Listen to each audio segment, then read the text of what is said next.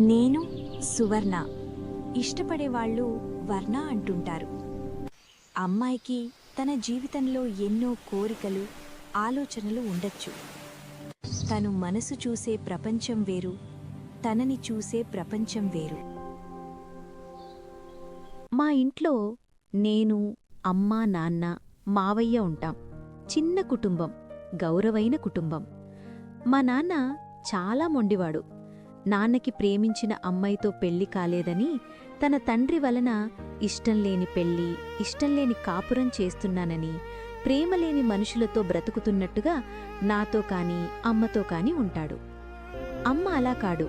నాన్నతో పెళ్లి అయిన మొదటి రోజునుంచి ప్రేమతో, గౌరవంతో ఏ మాటకి ఎదురు చెప్పకుండా తన మనసులో ప్రేమని దాచేది. అది నాన్నకి అర్థం కాక నా మీదున్న భయం, గౌరవం అని అర్థంలేని చూపుతో ప్రేమలేనట్టుగా భావించేవాడు. అర్థంలేని మనిషితో ఎన్ని అర్థాలు వెతికినా నాన్నర్థంలా నాన్నకి అర్థమే కాదు. నాన్న నన్ను పై చదువులకి పంపనన్నాడు. నువ్వు సిటీకి వెళ్ళి చదవనవసరం లేదు, రేపో మాపో పెళ్లి చేసేస్తా ఉన్నాడు. కాని చాలా కోరికలున్నాయి. అందరి అమ్మాయిల్లా సిటీకి వెళ్ళి చదువుకోవాలని, లైఫ్లో నాకు నచ్చినట్టు ఉండాలని. కాని ఇంట్లో నాన్నమాటే వేదం, వేరెవ్వరి మాట వినడు.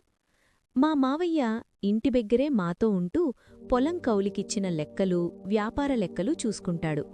మావయ్యతో కూడా చెప్పి చూసా, లాభం లేకుండా పోయింది. ఇక నా జీవితం ఇంతే. నా ఆనందాల్ని, కోరికలని పక్కకి తోసా. కొన్ని రోజుల తర్వాత నాన్న సడన్గా ఇంట్లో నుంచి వెళ్ళిపోయాడు. ఇంట్లో వాళ్ళందరం దిగులుపడ్డాం. అమ్మ, నేను, మావయ్య నాన్నని వెతకడం స్టార్ట్ చేశాం. ఎక్కడా కనబడలేదు. చీకటి పడింది. చుట్టాలని కూడా అడిగాం. ఎక్కడా నాన్న జాడ దొరకలేదు. చీకటి పడింది. నాన్నలేని ఇంట్లో ఏదో లోటు. రాత్రంతా అమ్మది ఒకటే ఏడుపు. నిద్రపట్టలేదు. మళ్ళీ ఉదయం మావయ్య ఆరా తీయడానికి వెళ్లాడు.